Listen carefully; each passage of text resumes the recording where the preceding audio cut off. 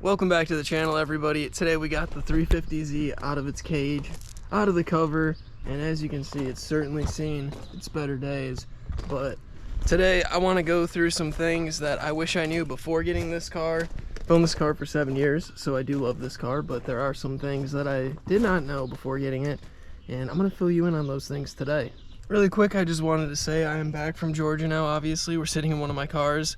And I want to point out that I posted my last video on a Sunday. That was my FD video, which go ahead and check that out if you haven't already. With that being said, I just want to let you guys know that I am cutting the schedule out. I'm not posting every single Tuesday anymore. Just because it's the summer, I feel like I'm holding myself back by limiting myself to 1 video a week. There's too many things I can do, and I don't want to be able to only post 12 videos from now to like September. So I hope you guys are cool with that. With that out of the way, let's start talking about the 350Z.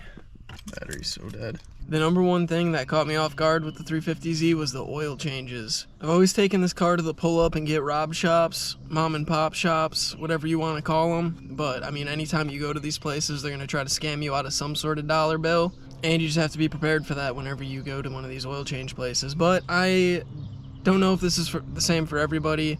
Oil changes for me have always cost about $90. I use synthetic oil. But yeah, just because you're getting yourself into a Nissan, that doesn't mean you're going to be able to get a $20 or $30 oil change. I don't really know if any car can get that cheap of an oil change these days, considering even the Cruise that we have is like $50 or $60. I don't know how they get away with putting those signs out there saying $20 oil change, and you go in there and you walk out with fucking no wallet, black eye, new air filters, new transmission fluid, different dipstick, and a torqued bolt. But I digress. Just want to put that out there. Don't think you're getting this car and you're going to get a cheap oil change. And I know you can go up to AutoZone and get yourself the oil filter, all the oil, but by the time you get home, get the car up in the air. Get the oil drained, put the new oil in, put the new filter in. Then you have to get rid of the old oil. It's not worth saving the $5 or $10. So yeah, you're going to get robbed either way on an oil change with this car.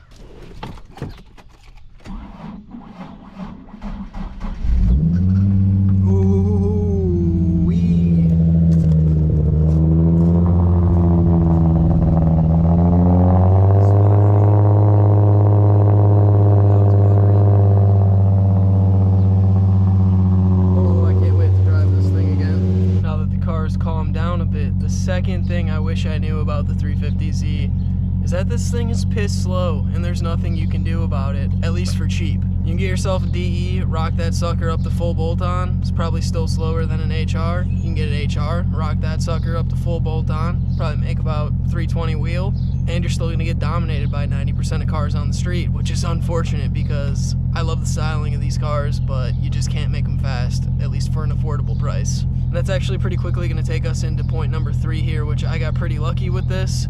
Save your money and get the HR. I promise you, you will not regret it. Like I just said in my previous point, full bolt-on DE, I think you're still going to be struggling to keep up with an HR. You might barely beat it, but the second they put a hot air intake on that HR, that sucker's boogieing past you like it's nobody's business, and you're going to be upset. On top of that, you're going to have just a plethora of other issues that have been resolved here in the 2007 and 2008 models. So pinch your pennies and make sure you get a 2007 or 2008 model, and I'll just throw this one in there as a little side piece. Please get a manual. You are going to regret the auto. I'm pretty sure it comes with a 5-speed dog box because it shifts slow as dog.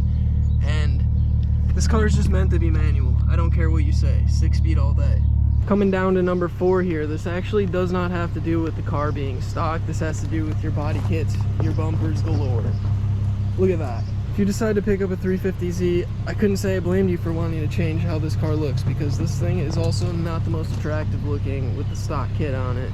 You're going to go ahead, you're going to want to get yourself a bumper, and you're going to get the cheap KBD one like I did myself here.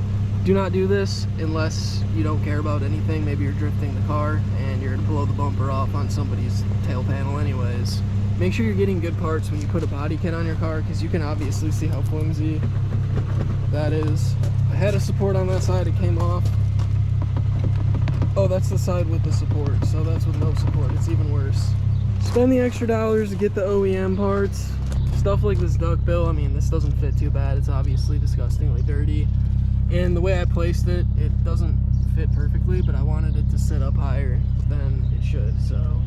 Yeah, just don't cheap out on your body parts on your cars, because you're gonna end up with some eBay junk ski. It looks good, but as soon as you go over 90 miles an hour on the freeway, you're gonna start to worry about losing parts, losing bolts.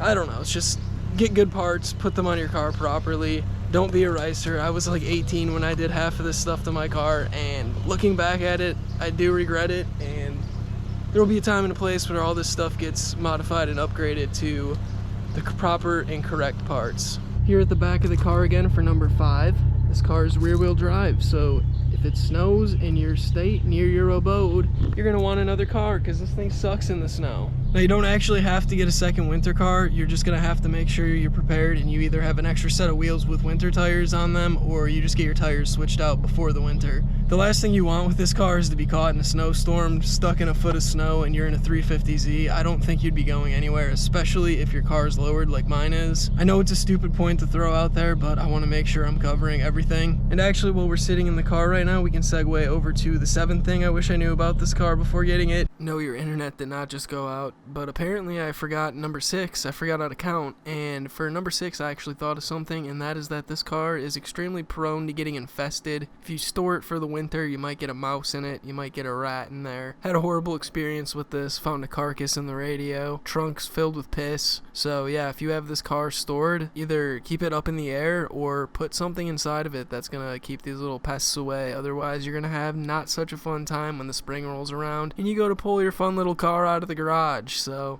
yeah, here's point next. And that is, this interior is very, very cheap. You can't see it on these because I painted over them, but here, just a little scratch of their fingernail. I don't really know what they use to cover these panels, but it is like cheaper than cheap Plasti Dip, and it just falls off the second you touch it. So you just got to be aware of that when you're in this car, especially your passengers. That's probably the side that's going to be messed up more, believe it or not. People that get in your car tend not to care about your car, so that one was just in a different world, which is why I ended up covering them with Auto Dip, which actually looks worse than they did with the scratches all over them. So we'll wrap those or something very soon and get that covered up, because yeah, that doesn't look good either. Number 8, I think. Now for number 8, I'm gonna aim my fingers at you guys, because this one doesn't really have to do with the car, or just because you get into any JDM rear-wheel drive car, 350Z, 370Z, 240, you name it, it does not make you a professional driver. So don't get in your car and go out to the local takeover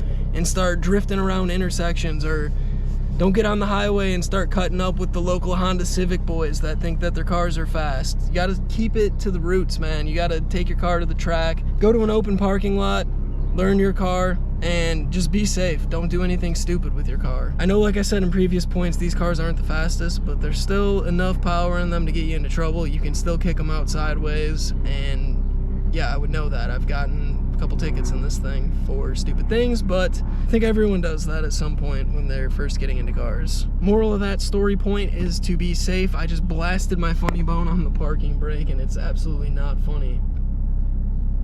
This is what my hand feels like. Well, I'm sitting here neglecting it. We'll get into number 9. These doors are heavy as an M1 Abrams tank, so don't leave them open like I have mine right now, because you will bend this shit up, and then now you got bent door latches and your door doesn't close properly, and you got to get all that replaced. That's not fun. So on the topic of that, we're going to close that door up, as well as we're going to close this video off with point number 10. Don't get this car and think that it's going to instantly pull you a bunch of bitches, because it's just not. Neither is any car. Maybe a Mustang. Maybe a Mustang. Girls love Mustangs. So that being said, if that's the only thing you're trying to do with the car that you get, don't even get into cars. Go get a Honda Civic and figure yourself out. Of course, says me, the guy sitting in a car with a hoodie on, and it's 90 degrees out right now, so I'm gonna go cool off. You guys go and watch some of my other videos right here. Peace. Yeah, so they get out my way. Yeah, fast in my lane. Yeah, I'm doing my thing.